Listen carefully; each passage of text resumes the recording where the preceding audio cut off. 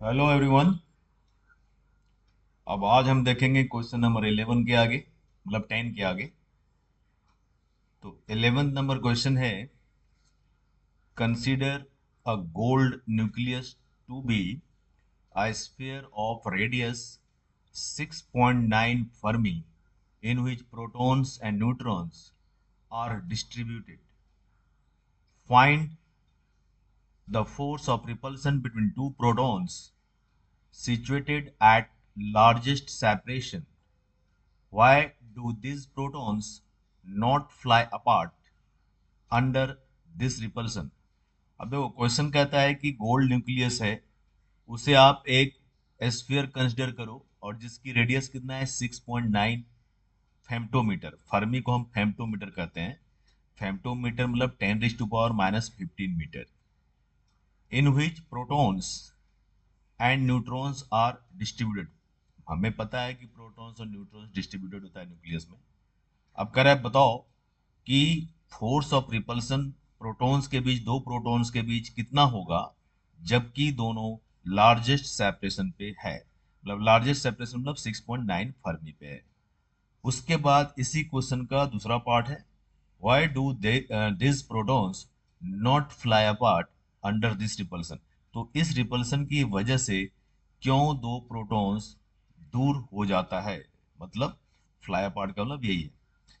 तो लेकिन हमें तो पता है कि जितने भी न्यूक्लियॉन्स हैं, चाहे वो प्रोटॉन्स हो और न्यूट्रॉन्स हो, ये बॉन्डेड होते हैं न्यूक्लियस के फॉर्म में। ये हमें पता है।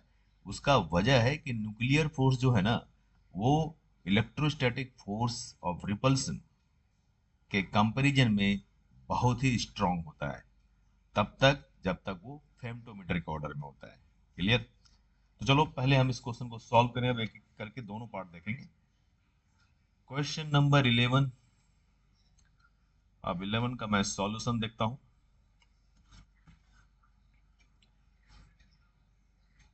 क्वेश्चन नंबर 11 ये है chapter 29 concept of physics, S C Verma. और चैप्टर का नाम है इलेक्ट्रिक फील्ड एंड पोटेंशियल। उसमें एक्सरसाइजेज का क्वेश्चन नंबर 11 जिसे मैं पढ़ रहा था, और पूरा क्वेश्चन मैंने रीड कर दिया, एक्सप्लेन भी कर दिया। अब मैं इसे सॉल्व करने जा रहा हूँ। सॉल्यूशन आराम से समझते जाएं और नोट भी कर सकते हो साथ ही साथ। सबसे पहले largest separation,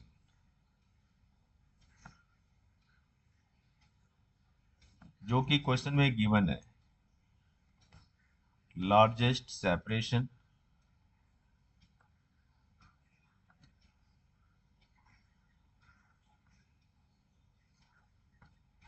between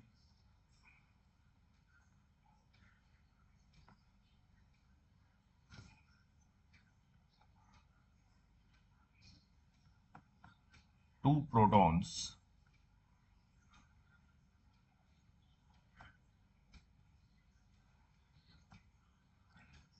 equals to.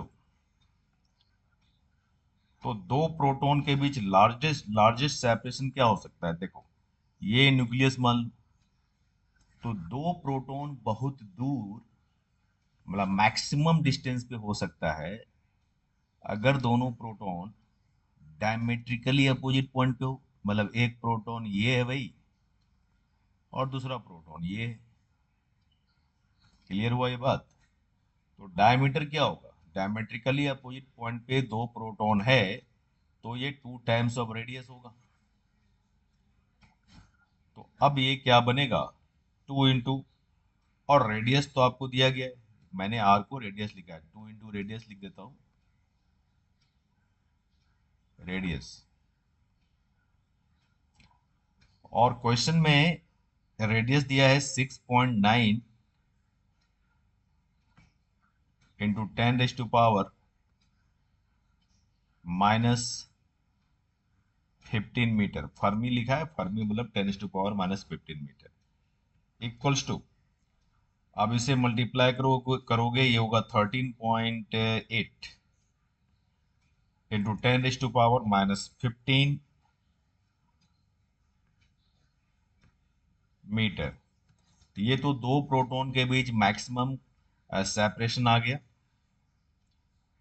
अब चार्जेस की बात करें, क्योंकि इलेक्ट्रोस्टैटिक फोर्स ऑफ रिपल्सन हमें निकालना है, तो दो चार्ज मतलब दो प्रोटॉन के बीच का फोर्स निकाल लो। और चार्ज दोनों चार्ज की अगर मैग्नीट्यूड की बात करें तो कितना होता है, वन प्रोटॉन पे क्या होता है, सॉरी मैंने इलेक्ट्रॉन बोल दिया, सॉरी, प्रोटॉन्स पे चार्ज कितना होता है, 1.6 10⁻⁻19 कूलम। अब हम फोर्स का फॉर्मूला अप्लाई करेंगे। फोर्स क्या होता है, 9 × 10⁻9 इंटू Q1 Q2 मतलब E का मतलब E², E² का मतलब 1.6 इंटू 10⁻⁻19, इसका होल स्क्वायर कर देते हैं अपॉन डिस्टेंस स्क्वायर। तो सेपरेशन क्या है इसके बीच, वो हम ऊपर निकाल चुके हैं, वो है 13.8 इंटू 10⁻⁻15 होल स्क्वायर। ठीक है, तो ये हो जाएगा, इसे सॉल्व करोगे और सॉल्व करके ये आएगा 9 इंटू 16 का 2.56, 1.6 का 2.56 इंटू 10⁻9, और वो हो जाएगा 10⁻⁻38, और नीचे 10⁻⁻30, -38 प्लस 9, ये हो जाएगा -38 प्लस 9, ये हो जाएगा 29, यस, और +30 मतलब पावर 1 आ जाएगा, 10 का मतलब 10 रहने दो, और नीचे आ जाएगा 13.8, सॉरी 13.8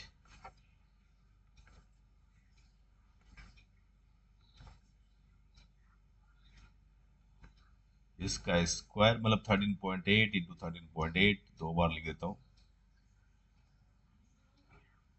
इसे सॉल्व करोगे ये आएगा 1.2 न्यूटन। कंप्लीट फोर्स हम निकाल लिए, 1.2 न्यूटन आया। तो क्वेश्चन का जो फर्स्ट पार्ट था वो सॉल्व हो चुका।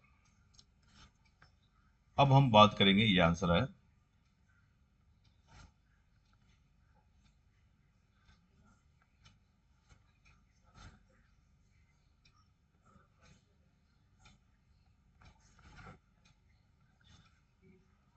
अब इस क्वेश्चन का जो सेकंड पार्ट है, सेकंड पार्ट के बारे में जो एक्सप्लेनेशन मैं लिख रहा हूं, देखिए अभी मैंने बोला भी था इसे, क्योंकि जो फोर्स होता है ना, न्यूक्लियर फोर्स, ये इलेक्ट्रोस्टैटिक फोर्स के कंपैरिजन में बहुत ही स्ट्रांग होता है। ये लिख देता हूं, as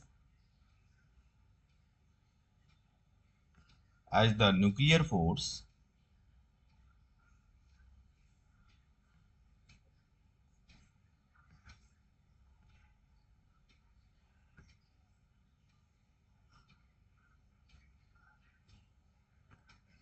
is much stronger than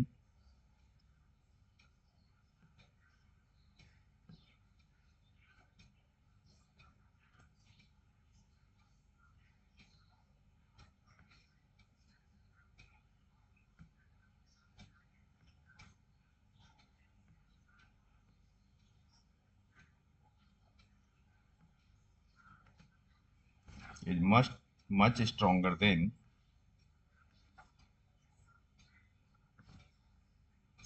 electrostatic force of repulsion.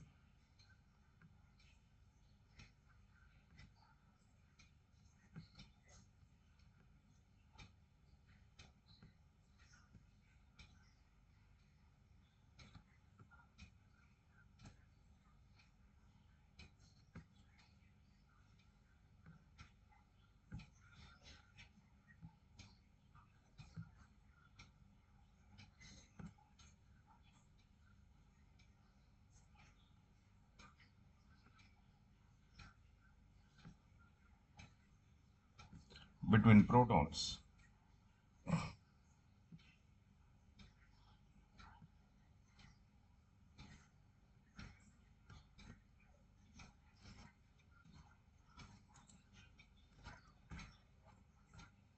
Hence they do not fly apart. यही वजह है कि ये फ्लाई मतलब सेपरेट नहीं हो पाएंगे.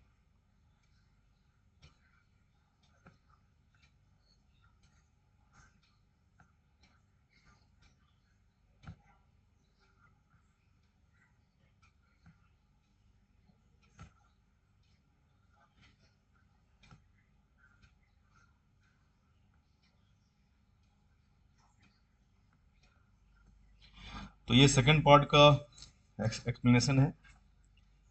अब हम आते हैं नेक्स्ट क्वेश्चन में. क्वेश्चन नंबर 11 कंप्लीट हो चुका है. अब आते हैं क्वेश्चन नंबर 12. देखो क्वेश्चन नंबर 12 क्या कहता है. Two insulating small spheres are rubbed against each other and placed 1 centimeter apart. If they attract each other with a force of 0.1 Newton. आगे लिखा है how many electrons were transferred from one sphere to the other during rubbing. जैसा कि आप जानते हो कि rubbing जो है चार्जिंग का एक प्रोसेस है. जब हम दो न्यूट्रल बॉडी को एक दूसरे के अगेंस्ट रब करते हैं तो क्या होता है कि एक बॉडी से दूसरे बॉडी में इलेक्ट्रॉन ट्रांसफर होता है जिसके वजह से दोनों बॉडी चार्ज हो जाता है. और याद रखिएगा जब इलेक्ट्रॉन ट्रांसफर होगा तो जिस बॉडी पे इलेक्ट्रॉन आएगा जो इलेक्ट्रॉन गेन करेगा तो एक्सेस इलेक्ट्रॉन की वजह से उस बॉडी पे नेगेटिवली चार्ज डेवलप होगा. और जो इलेक्ट्रॉन ट्रांसफर जिस बॉडी से इलेक्ट्रॉन ट्रांसफर हो गया वहां डेफिशिएंसी ऑफ इलेक्ट्रॉन की वजह से पॉजिटिव चार्ज डेवलप होगा. तो क्योंकि रबिंग के दौरान इलेक्ट्रॉन ट्रांसफर होता है और इलेक्ट्रॉन ट्रांसफर होने की वजह से दो बॉडी चार्ज हो जाते हैं और अपोजिटली चार्ज होते हैं. इसलिए रबिंग में हमेशा जो फोर्स का नेचर होगा वो क्या होगा, अट्रैक्शन. ठीक है, ये पॉइंट क्लियर. और जो चार्ज प्रोड्यूस होता है इस प्रोसेस में उसे हम कहते हैं चार्जिंग, फ्रिक्शनल चार्ज है ना. मेथड चार्जिंग बाय रबिंग है और उस चार्ज को क्या कहते हैं फ्रिक्शनल चार्ज कहते हैं. अब ये जो क्वेश्चन नंबर 2 है मैंने इस क्वेश्चन को पूरा पढ़ दिया, एक्सप्लेन कर दिया कि यहाँ पर दो बॉडी है, दोनों को एक दूसरे के अगेंस्ट रब करते हैं और फिर 1 सेंटीमीटर की दूरी पे रख देते हैं और दोनों एक दूसरे को अट्रैक्ट करता है 0.1 न्यूटन फोर्स के साथ. तो सवाल ये है कि बोल रहा है कि बताओ कितना इलेक्ट्रॉन्स ट्रांसफर होगा या हुआ होगा एक स्फीयर से दूसरे स्फीयर में रबिंग के दौरान. तो ठीक है, सॉल्व करते हैं क्वेश्चन नंबर 12. आइए देखते हैं इसका सॉल्यूशन. क्वेश्चन नंबर 12 का 12 number question.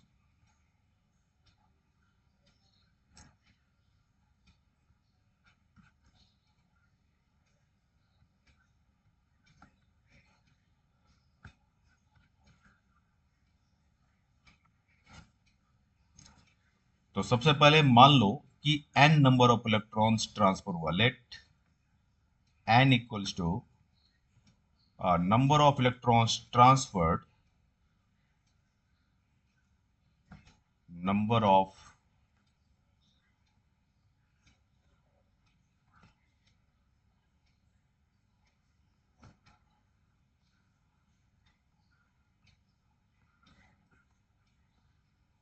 electrons transferred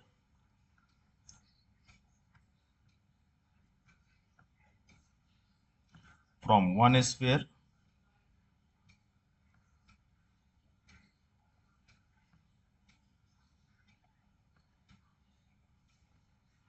to the other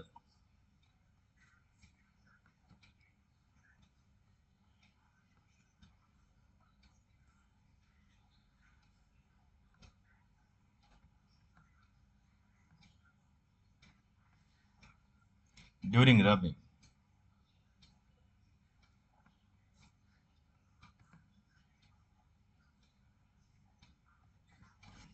clear. तो अगर एक बॉडी से दूसरे बॉडी में इलेक्ट्रॉन ट्रांसफर हो गया, एन इलेक्ट्रॉन्स, मतलब एक बॉडी से दूसरे बॉडी में कितने इलेक्ट्रॉन्स ट्रांसफर हो गए, N number of electrons transfer हो गए। तो जिस बॉडी पे इलेक्ट्रॉन आया उस बॉडी पे एक्सेस इलेक्ट्रॉन की वजह से नेगेटिव चार्ज डेवलप होगा, क्या कहेंगे, माइनस एन। और जिस बॉडी से इलेक्ट्रॉन ट्रांसफर हुआ, जो इलेक्ट्रॉन लूज किया, उस पे डेफिशिएंसी ऑफ इलेक्ट्रॉन्स की वजह से कितना चार्ज डेवलप होगा, प्लस एन। ठीक है। अब यहाँ पर ये जो दोनों चार्ज है, इन दोनों चार्ज बॉडी के बीच कितना सेपरेशन दिया, मतलब Q1 कितना है, तो Q1 है प्लस एन ई, कोई दिक्कत नहीं। Q2 है माइनस एन ई, ठीक है। और सेपरेशन दोनों बॉडी के बीच क्वेश्चन में दे दिया है, 1 सेंटीमीटर के डिस्टेंस पे दोनों को रखा गया, दोनों स्फीयर को। एसआई यूनिट में क्या होगा, 10⁻⁻² मीटर। और फोर्स दिया है दोनों के बीच, दोनों चार्ज स्फीयर के बीच फोर्स है 0.1 न्यूटन। ये डाटा क्वेश्चंस में गिवन है, तो ये मैंने लिख दिया सारा।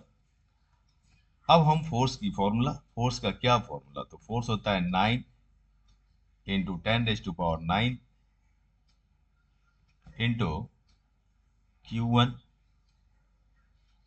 Q2 upon R square.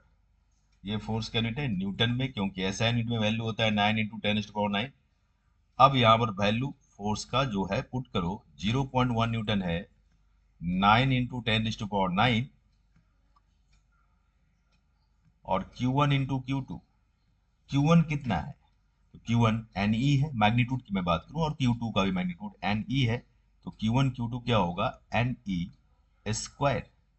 और ई का वैल्यू क्या होता है, 1.6 इंटू 10⁻⁻19।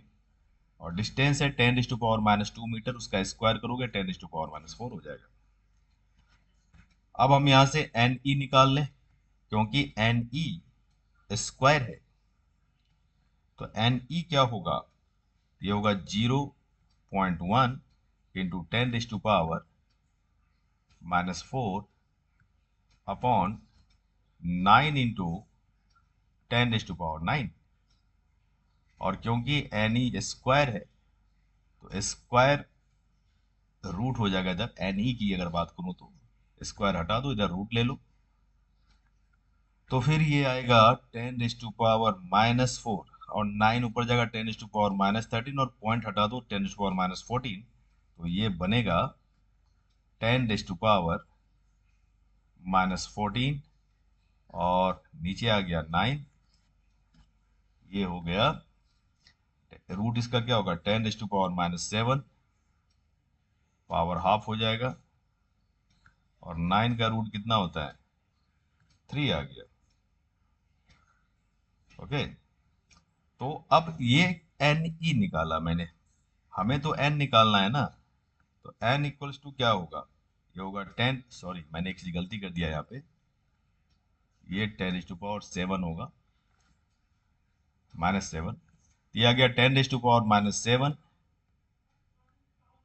अपॉन 3 ई, ठीक है, ई। और ई का वैल्यू पुट ही कर दो, ये हो जाएगा 1.6 इंटू 10⁻⁻19। इसे सॉल्व करेंगे, ये आएगा n इक्वल्स टू 2 इंटू 10⁻11। तो ये है फाइनल आंसर, कि कितना इलेक्ट्रॉन ट्रांसफर करेगा, यही हमसे पूछा गया था। तो इतना इलेक्ट्रॉन रबिंग के दौरान ट्रांसफर करेगा एक बॉडी से दूसरे बॉडी में, ये आंसर आ गया। तो ये था क्वेश्चन नंबर 12 का सॉल्यूशन। अब देखते हैं क्वेश्चन नंबर 13 क्या लिखा है। 13 में पहले वो समझते हैं, और उसके बाद फिर सॉल्व करेंगे। 13 पे आइए।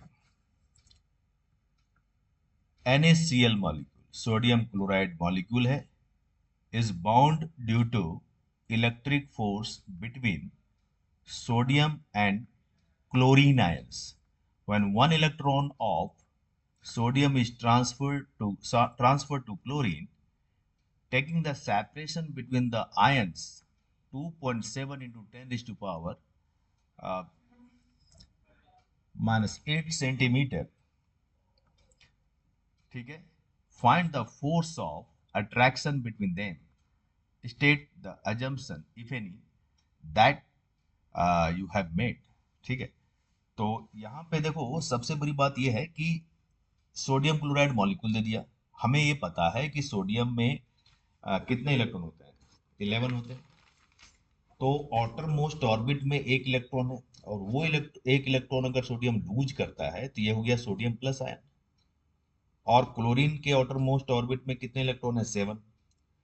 तो ये एक इलेक्ट्रॉन गेन कर सकता है तो गेन कर लेगा, तो इस पर एक इलेक्ट्रॉन एक्स्ट्रा हो गया क्लोरीन एटम में, तो ये हो गया क्लोरीन माइनस आयन। ठीक है, क्लोरीन माइनस आयन हो जाएगा। तो ये जो पॉजिटिव आयन और नेगेटिव आयन बन रहा है, ये जो चार्ज्ड एटम बन रहे हैं, ये आपस में कंबाइन कर जाएंगे due to electrostatic force of attraction, और बन जाएगा सोडियम क्लोराइड मॉलिक्यूल। ठीक है, तो यहाँ पर इलेक्ट्रॉन क्या हो रहा है, ट्रांसफर हो रहा है सोडियम एटम से क्लोरीन एटम में, जिसके वजह से ये आयंस बनेंगे, और फिर अट्रैक्शन फोर्स होगा दोनों के बीच, इलेक्ट्रोस्टैटिक अट्रैक्शन। और यहाँ पर दिया हुआ है कि दोनों आयंस के बीच सेपरेशन है 2.75 इंटू 10⁻⁻8 सेंटीमीटर। तो हमें निकालना है इलेक्ट्रोस्टैटिक फोर्स ऑफ अट्रैक्शन क्या होगा। ओके, 13 नंबर क्वेश्चन सॉल्व करते हैं।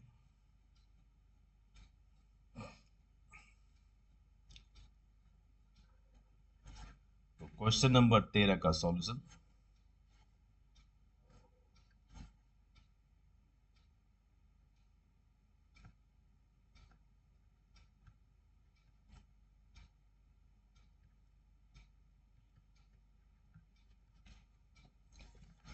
तो पहले जो जो दिया हुआ है वो लिखेंगे हम लोग, फिर आगे की बात करेंगे क्या दिया है।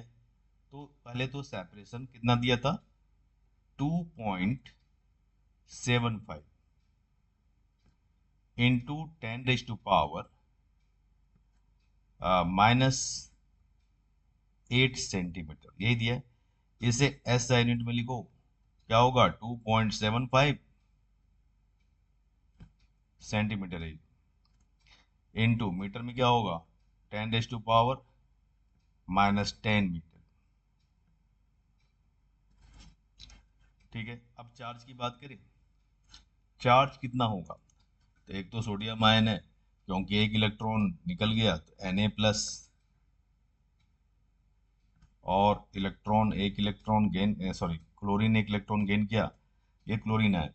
मतलब इस पे चार्ज कितना है, इस पे चार्ज है Q1 ले लो, तो Q1 को क्या कहोगे, प्लस ई। और Q2 ले लो, Q2 को क्या कहोगे, ये हो गया माइनस ई। और दोनों के बीच जो डिस्टेंस है, दोनों आयंस के बीच जो डिस्टेंस है, ये डिस्टेंस कितना है, ये मैंने आर ले लिया, आर भी गिवन है। तो अब यहाँ पे हमें निकालना है इलेक्ट्रोस्टैटिक फोर्स ऑफ अट्रैक्शन। तो फॉर्मूला क्या, तो फॉर्मूला वही, F इक्वल्स टू 9 इंटू 10⁻⁹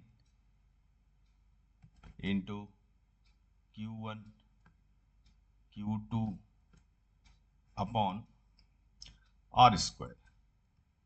तो मैग्नीट्यूड ऑफ चार्ज तो सेम ही है ना दोनों पे, ई के बराबर। और ई कितना होता है 1.6 इंटू 10⁻⁻19 कूलम। तो आप वैल्यू पुट करें, 9 इंटू 10⁻⁹ और Q1 Q2, तो ये हो जाएगा 1.6 इंटू 10⁻⁻19 स्क्वायर कर दें, होल स्क्वायर। ठीक है, Q1 इंटू Q2 हो गया। और डिस्टेंस कितना दिया है, ये है 2.75 इंटू 10⁻⁻10, इसका होल स्क्वायर कर देंगे, आर स्क्वायर है। ठीक है, इसे फर्दर सॉल्व करेंगे, ये आ जाएगा 9 इंटू 1.6 का स्क्वायर 2.56 अपॉन 2.75 इसका होल स्क्वायर 10⁻⁻20 नीचे होगा पावर, ऊपर -38 + 9, तो ये हो गया -29 और ये +20, मतलब 10⁻⁻9 आ जाएगा। फर्दर इसको सॉल्व करेंगे, ये आएगा 3.05। कैलकुलेशन आप चेक कर लेंगे। 10⁻⁻9 न्यूटन। देखो ये होगा Na+ और Cl- आयन के बीच इलेक्ट्रोस्टैटिक फोर्स ऑफ अट्रैक्शन। तो ये इस क्वेश्चन का फाइनल आंसर आ गया। ठीक है, तो ये है आंसर। तो क्वेश्चन नंबर 13 कंप्लीट। अब चलते हैं क्वेश्चन नंबर 14, देखते हैं क्या है। 14, क्वेश्चन नंबर 14 पे आइए। क्वेश्चन है, find the ratio of electric and gravitational forces between two protons. दो प्रोटॉन के बीच इलेक्ट्रिक फोर्स और ग्रेविटेशनल फोर्स का क्या रेशियो होगा, ये हमें बताना है। ठीक है, तो देखते हैं क्वेश्चन नंबर 14।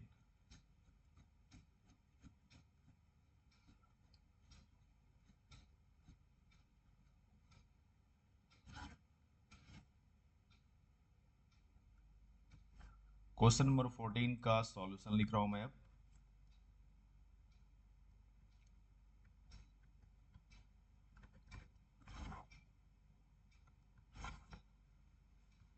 तो प्रोटॉन का मास कितना होता है, पहले प्रोटॉन के मास की बात करें। प्रोटॉन का मास 1.67 इंटू 10⁻⁻⁻27 kg। क्लियर। और एक प्रोटॉन पे जो चार्ज होता है, चार्ज पॉजिटिव होता है, और मैग्नीट्यूड ऑफ चार्ज क्या होगा, 1.6 इंटू 10⁻⁻19 कूलम। ये भी क्लियर। अब हम पहले, अच्छा एक और बात कि हमें पता है दो प्रोटॉन की बात किया जा रहा है यहाँ पे, तो दो प्रोटॉन जो है उसके बीच डिस्टेंस कुछ मान लो। डिस्टेंस है सपोज r, डिस्टेंस r हो गया। और चार्जेस क्या है, तो हम कहेंगे प्रोटॉन है चार्ज E प्लस चार्ज, इसके बीच क्या होगा, रिपल्सन होगा। तो पहले हम इलेक्ट्रिक फोर्स निकाल लेते हैं, और मास m है, mp मैंने लिखा है, मास mp। तो मास mp आ गया, मास ऑफ प्रोटॉन। तो हमें इलेक्ट्रिक फोर्स और ग्रेविटेशनल फोर्स के बीच क्या रेशियो होगा वो निकालना है। तो पहले हम इलेक्ट्रिक फोर्स निकालते हैं। इलेक्ट्रिक फोर्स क्या होगा, electric force,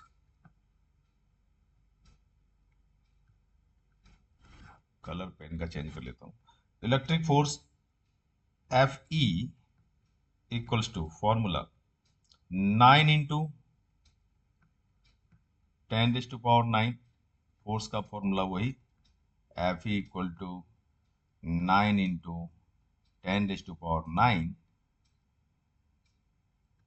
into Q1 Q2 upon R square.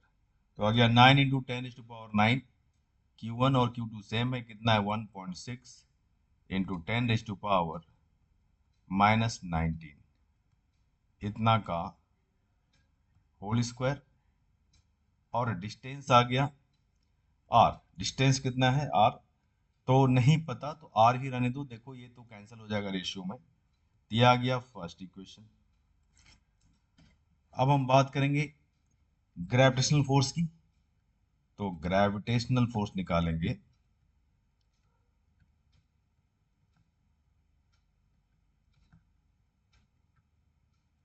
gravitational force of attraction between two protons, तो ये होगा Fg equals to G mp mass of proton into mass of proton upon r square.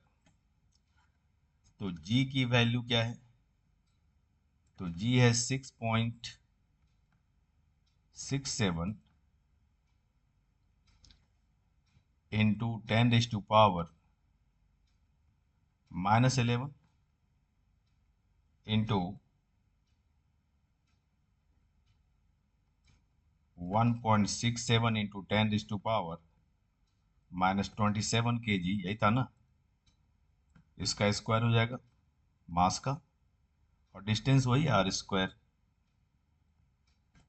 ये आ गया second equation. अब हम equation 1 में equation 2 से divide कर दें। जो दो इक्वेशन लाया, इक्वेशन 1 डिवाइडेड बाय इक्वेशन 2। ऐसा इसलिए किए क्योंकि जस्ट मिनट, इक्वेशन 2 ऐसा इसलिए किए क्योंकि हमें रेशियो निकालना है। तो क्या हो जाएगा left hand side? F E upon F G equals to, divide करोगे तो डिनोमिनेटर दोनों का सेम, आर स्क्वायर कैंसिल हो जाएगा, तो क्या बचेगा 9 इंटू 10⁻9 इंटू 1.6 इंटू 10⁻⁻19 इतना whole square upon 6.67 into 10⁻⁻11 1.67 into 10⁻⁻27 whole square. इसे सॉल्व करोगे ये आएगा 1.23 इंटू 10⁻⁻19 -38 प्लस 9 -29 प्लस 11 -29 प्लस 11, तो ये हो जाएगा -18 प्लस 56 -18 प्लस 56, तो ये हो जाएगा 4638। ठीक है, तो ये और इधर भी है 9 है, तो मतलब ये करीब करीब आ जाएगा 10⁻36।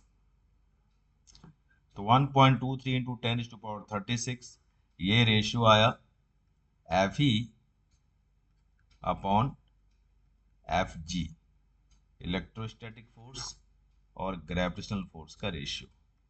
कैलकुलेशन आप चेक कर लेंगे। इसका एक बार आंसर मैं मैच करना चाहूँगा, आंसर चेक करना चाहूँगा। तो अभी हम देखते हैं आंसर की। तो ये आ गया आंसर हमारा। ये क्वेश्चन नंबर 14 है। 14 का आंसर देखते हैं क्या है। 14 कहाँ है आंसर की? ये है आंसर की 1.23 10⁻36 सही आंसर है। ठीक है, ओके, कंप्लीट। अब हम देखेंगे क्वेश्चन नंबर 15। आइए 15 पे। 15 कहाँ गया भाई? हाँ, क्वेश्चन नंबर 15 देखो क्या कह रहा है क्वेश्चन। पहले मैं क्वेश्चन रीड करूंगा, फिर इसे सॉल्व करूंगा। तो क्या कह रहा है question? Suppose an attractive nuclear force acts between two protons, which may be written as F equal to CE raised to power minus KR upon R square। ठीक है, whole divided by R square है। First part है write down the dimensional formulae and appropriate SI units of C, capital C and small K, जो K है power में. Second part है suppose that K की value अगर 1 Fermi inverse ले लें. क्या लिखा है? Suppose that, second part question का B part, suppose that k equal to 1 Fermi inverse and that the repulsive electric force between the protons is just balanced by the attractive nuclear force when the separation is 5 Fermi. Find the value of C. ये question है. ठीक है, तो आओ करें इसे. Question number 15. Question मैंने read कर दिया है. आप क्वेश्चन नोट भी कर सकते हो वीडियो पॉज करके. ठीक है, वीडियो स्टॉप करो, क्वेश्चन नोट करो, फिर सॉल्व करो. क्वेश्चन नंबर 15 का सॉल्यूशन मैं लिखने जा रहा हूं.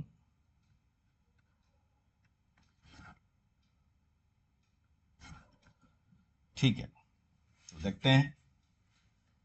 सबसे पहले जो दिया है क्वेश्चन में दिया है attractive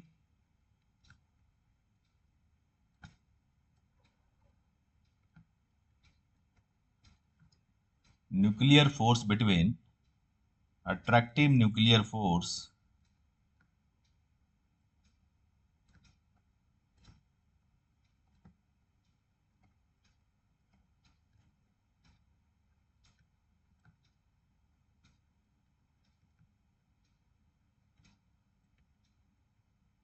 between two protons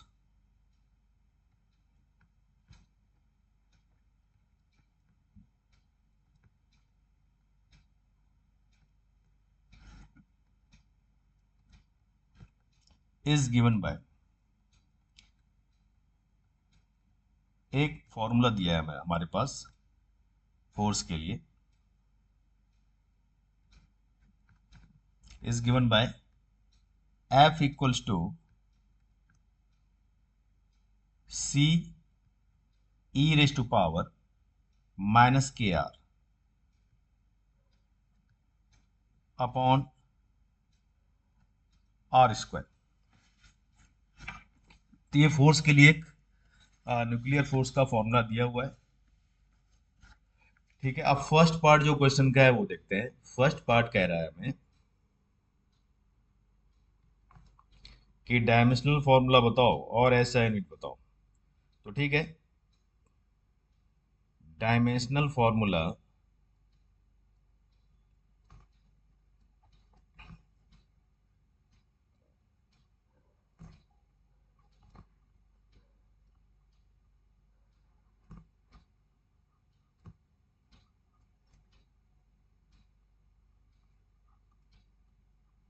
of C dimension of C equals to F R square upon, पहले तो सी के लिए फॉर्मूला लिख ले. सी इक्वल टू क्या होगा, ऊपर के फॉर्मूला से F R square upon E raise to power minus K R. Okay, इसका डायमेंशन देखेंगे. अब पुट करो डायमेंशनल फॉर्मूला. फोर्स का क्या होता है, M L T minus two, और डिस्टेंस का L, M L T minus two upon L square. और ये एक्सपोनेंशियल फंक्शन है, इसका कोई डायमेंशन नहीं होगा, तो हम लिखेंगे M zero, L zero, T zero. कुछ नहीं भी लिखोगे तो चलेगा. तो ये आया. ठीक है, तो सी का डायमेंशन क्लियर है. अब फिर तो सी का डायमेंशन क्या बना, तो ये आ जाएगा dimensional formula of C equals to M L cube, मतलब एम एल थ्री. थ्री जरा ठीक से लिख दूं. दिया गया एम एल थ्री टी -2। ठीक है, तो ये आंसर आ गया। ये हमें निकालना था डायमेंशन सी का। अब इसी का एस यूनिट की बात करें। S I unit, S unit of C is newton metre square. समझ में आ गया कैसे? ठीक है, फोर्स का न्यूटन, आर का मीटर स्क्वायर, ये फॉर्मूला सेम, यही फॉर्मूला देखो एफ आर स्क्वायर है। ठीक है, तो क्या हो गया, न्यूटन फोर्स का और आर का मीटर, तो मीटर स्क्वायर। तो ये आ गया, ये आंसर आ गया। अब हमें के बारे में लिखना है, डायमेंशनल फॉर्मूला ऑफ के। Next part.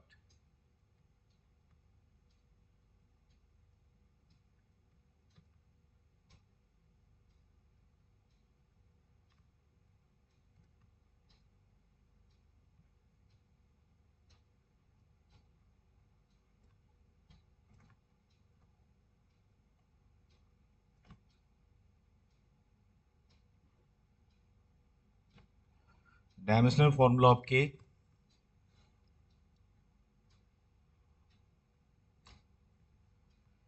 तो के का डायमेंशन होगा 1/r। अच्छा, ये क्यों होगा, तो ये भी समझें, क्योंकि ई raise to power minus K are ये डायमेंशन लेस है। तो ये डायमेंशन लेस है, मतलब इसका कोई डायमेंशन होता ही नहीं है। तो हम क्या लिखे थे, m0 l0 t0। ठीक है, तो इसका मतलब ये है कि इसका डायमेंशन तभी नहीं होगा ना जब के और आर एक दूसरे का इन्वर्स होगा। इसका कोई डायमेंशन होता ही नहीं है। हम जानते ही ये होता है m0 l0 t0। तो फिर के आर एक दूसरे का इन्वर्स होगा। ठीक है, के और आर एक दूसरे का रेसिप्रोकल होगा फिर, क्योंकि के इंटू आर 1 होगा। तो अब यहां पर डायमेंशन में पता चल चुका, आर डिस्टेंस है तो इसका क्या होगा, 1/l, आर का एल हो गया। तो के का डायमेंशन बन गया एल इनवर्स,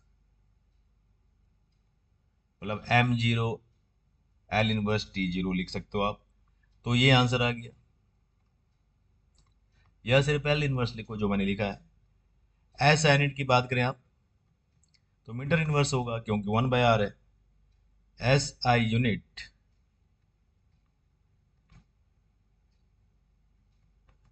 ऑफ के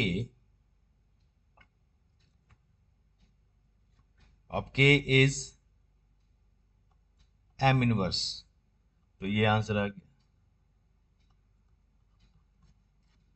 क्लियर? अब इसी क्वेश्चन का फर्स्ट पार्ट हो गया, पार्ट ए मैंने सॉल्व कर दिया। अब हम पार्ट बी की बात करेंगे। तो पार्ट बी सॉल्व करते हैं हम, सेम क्वेश्चन का। ठीक है, तो आर, आर क्या दिया हुआ है, आर दिया है 5 फर्मी। और फर्मी तो आपको पता है कि फर्मी होता है फेम्टोमीटर, मतलब 10⁻⁻15 मीटर। ये हो गया 5 × 10⁻⁻15 मीटर। और के 1 फर्मी इनवर्स,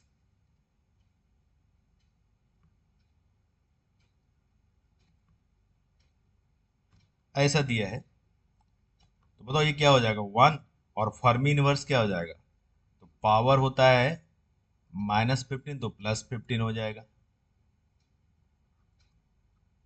तो के भी क्लियर। अब हम बात करेंगे, ये कह रहा है कि ये जो फोर्स है, ये फोर्स मतलब एक इलेक्ट्रोस्टैटिक फोर्स के इक्वल है। मतलब इक्विलिब्रियम में क्या होगा, इक्विलिब्रियम में ये जो न्यूक्लियर फोर्स है और इलेक्ट्रोस्टैटिक फोर्स दोनों बराबर होगा, इक्वल होगा, तो लिखेंगे इक्विलिब्रियम।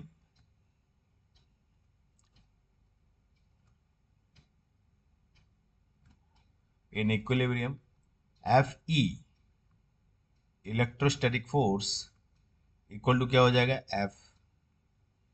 ठीक है, मतलब दो प्रोटॉन के बीच जो इलेक्ट्रोस्टैटिक फोर्स ऑफ रिपल्सन है वो न्यूक्लियर फोर्स ऑफ अट्रैक्शन के इक्वल हो जाएगा। तो अब एफ ई कितना होगा, तो ये होगा इलेक्ट्रिक फोर्स है दो प्रोटॉन के बीच 9 × 10⁻⁹ इंटू प्रोटॉन। प्रोटॉन पे चार्ज क्या होगा, 1.6 × 10⁻⁹ तो Q1 Q2 ये हो जाएगा ई स्क्वायर 1.6 × 10⁻⁻19। मैं पहले फॉर्मूला ही लिख देता हूँ। ठीक है, अब इलेक्ट्रोस्टैटिक फोर्स ऑफ रिपल्सन क्या होगा दो प्रोटॉन के बीच, तो होगा 9 × 10⁻⁹ into E square upon R square equal to nuclear force C e⁻⁻KR upon R square. ठीक है, अब देखो ये आर स्क्वायर और आर स्क्वायर ये तो कैंसिल हो गया। ओके, तो हमें यहाँ निकालना क्या, हमें यहाँ निकालना है सी। तो ये क्या होगा, 9 × 10⁻⁹ वैल्यू पुट करते हैं। ई के लिए 1.6 × 10⁻⁻19 इसका होल स्क्वायर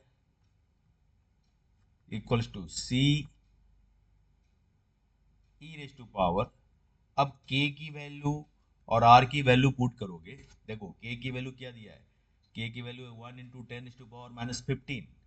अगर हम वैल्यू पुट करें और r की वैल्यू 5 × 10⁻⁻15, एक पे पावर +15 एक पे पावर -15 है, मल्टीप्लाई करोगे +15 -15 जीरो हो गया, तो 1 हो गया, तो और 5 × 1 5 हो गया, तो मतलब e⁻⁻5 हो गया।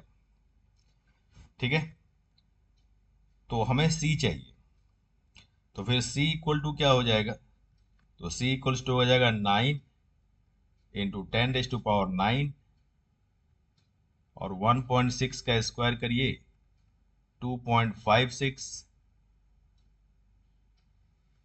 × 10⁻⁻38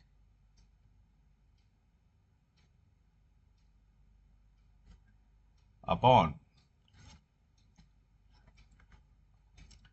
e⁻⁻5 आ गया। ठीक है, तो ये आ गया 9 इंटू 2.56 इंटू 10⁻⁻29 और ई का वैल्यू होता है 2.7 के करीब, तो ये हो जाएगा e⁻⁵ ऊपर आएगा तो 2.7 ⁻⁵ बन गया। इसे मल्टीप्लाई करोगे ये आएगा 3.4 इंटू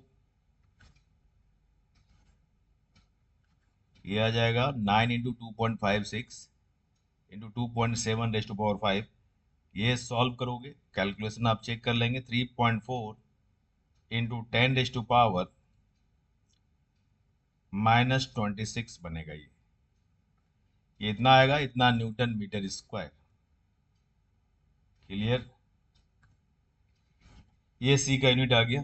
तो फाइनल आंसर आ गया सी के लिए 3.4 इंटू 10⁻⁻26 न्यूटन मीटर स्क्वायर।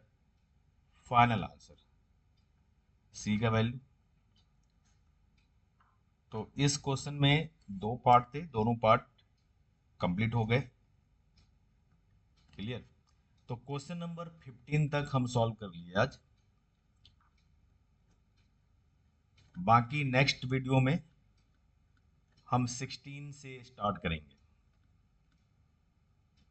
ठीक है, अगर आपको सॉल्यूशन समझ में आता है, सब कुछ क्लियर होता है तो ठीक है। अगर कोई प्रॉब्लम हो, कहीं मैंने कैलकुलेशन में कुछ गलती की है, तो आप कमेंट बॉक्स में ज़रूर लिख दें, कमेंट कर दें। ठीक है, अगर आपको सब कुछ समझ में आता है तो आप ये बात भी कमेंट बॉक्स में लिखें, ज़रूर लिखें। ठीक है, फिर मिलते हैं नेक्स्ट वीडियो लेक्चर में। Okay, thank you so much.